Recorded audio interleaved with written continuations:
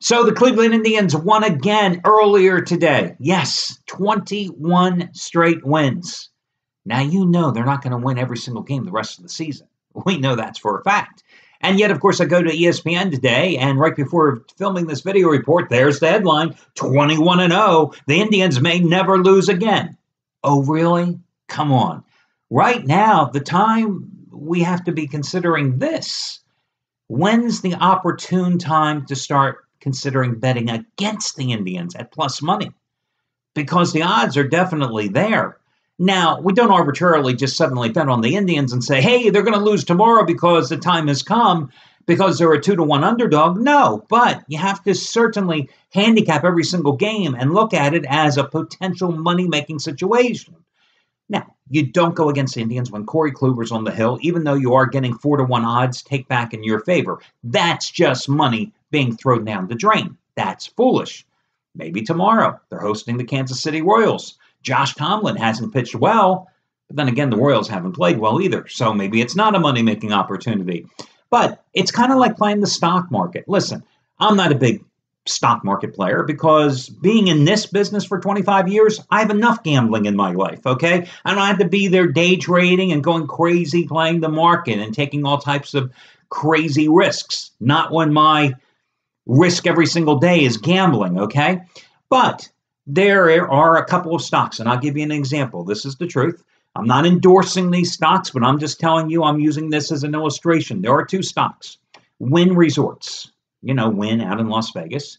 WYNN is the stock ticker symbol. And Netflix, that over the past 2 and 3 years, I buy them and I sell them. I buy and I sell. I buy and I sell. I buy them on the lows, and then when I watch them run up the table, at a certain point, I take the money off the table because I feel that they're due to come back down to earth. I wait till they come down, I buy them off their lows, and then I watch the run up, which they're doing right now in fact, the past 3 weeks or so. And I again catch them out. Yeah, those guys that are sitting there saying, hey, hold those stocks forever. I don't believe those particular stocks are those type of stocks. And I'm very happy taking the cash, putting it away, buying on the lows, going back into the game. It's the same thing with the Indians right now. During this 21-game winning streak, there have been so many opportunities to go ahead and make money off the Indians. But they've now won 21 straight games. They're not going to win 31. It's just not going to happen. Mathematically, the odds are now turning in our favor. So on a game-to-game basis, you have to look at that point where you go, I got 2-1 odds in my favor. Today's the day I've got to strike. And maybe I'll start handicapping their games on an everyday basis and give you a recommendation of the day that I think is the day to go against them, or perhaps to go ahead and continue playing them on the run line, which you've got to do because every day they're laying at least 2-1 odds. So the only way to even play them or consider playing them is on the run line. And even then, games when Corey Kluber's pitching, you still can't bet them because their price is so high. You know, the other day, even on the run line, laying 1.5 runs, you were still laying 225 with Corey Kluber. There you go.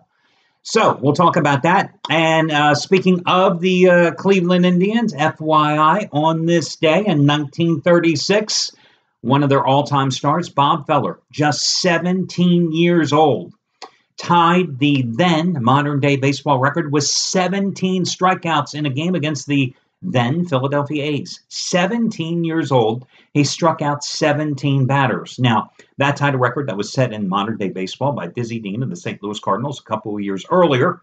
2 years later, in 1938, Feller set the record with 18 strikeouts. Now, what I found very interesting, and then researching this, I wanted to go and see, well, how long was it? I knew that Steve Carlton eventually broke that record of 19, but I wanted to see how long it was until somebody else struck out 18 batters in a game. So Feller did it in 1938.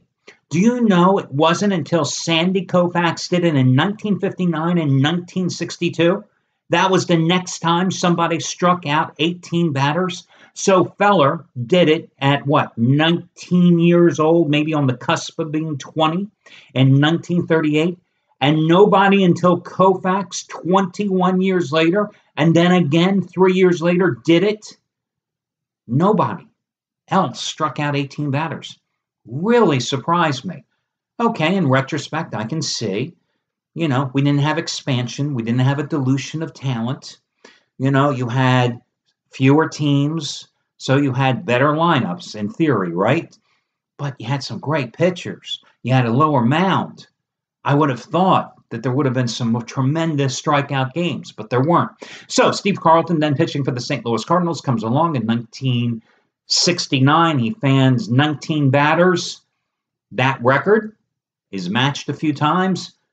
Roger Clemens comes up, sets the new record, 20 strikeouts in 1986. Ties that record again himself 10 years later in 1996. Now, then it's Kerry Wood, 1998. And the only other guy to do 20 strikeouts just happened 2016, Max Scherzer. So we have Clemens in 86, Clemens in 96, Kerry Wood, electrifying arm, 1998, and Max Scherzer in 2016. Will we ever see a 21 strikeout game? Who knows? You ever think you'd see 20 out of 27 being struck out? Probably not, right? Just one of those things. Okay, also on this date in 1996, Tupac died 6 days after being shot in a hail of bullets following the Mike Tyson-Bruce Seldon fight out in Las Vegas. He died in a Las Vegas hospital 6 days after undergoing surgery.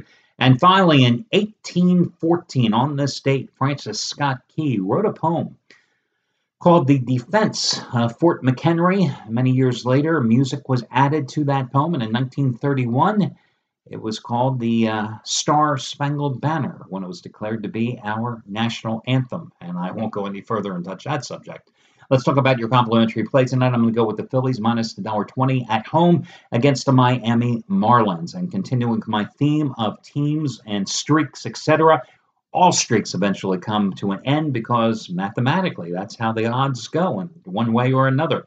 Aaron Nola this season for Philadelphia has a 2.96 earned run average against everybody he has pitched against, except the 3 games he has pitched against the Miami Marlins. In those 3 games, which he's lost all 3, his earned run average against the Marlins is 10.67. 10.67 in 3 games against the Marlins. Against everybody else, 2.96. It can't possibly continue. That's what I'm betting on tonight. Plus, I like the fact that Philadelphia last night, down 7-2 in the 7th inning, they come back. They almost seemingly win it, if not for a poor base running error slide at home plate in the 9th, which cost them the winning run. They find themselves down in the 10th. They tie up the game. They eventually win it in 15 innings, 9-8. This is a Phillies team that has really gelled offensively with the insertion of the rookie called up from the minors, Hoskins, who already has slammed 16 homers. They've gotten a lot of their young outfielders back from the disabled list, so they're really playing well offensively right now. Their pitching is still atrocious other than Nola. So I'm going to go with the Phillies and Nola tonight. Listen, Miami has lost 13 out of 15 games. They've lost 7 out of 8 on the road in that stretch as well. Miami's going with Dan Straley. Straley this season has faced the Phillies 4 times. He's gone 3-1. Again, the odds, I say, are going to reverse, and they're going to go in our favor. And Straley, truth be told, hasn't exactly pitched brilliantly in those 4 starts, the last of which he beat Nola, ironically, in a start in Miami, because his earned run average in those 4 starts against Philadelphia is 4.76. Plus, you look at Straley's numbers on the road versus his numbers at home. On the road this season, in 14 starts, his ERA is 4.67.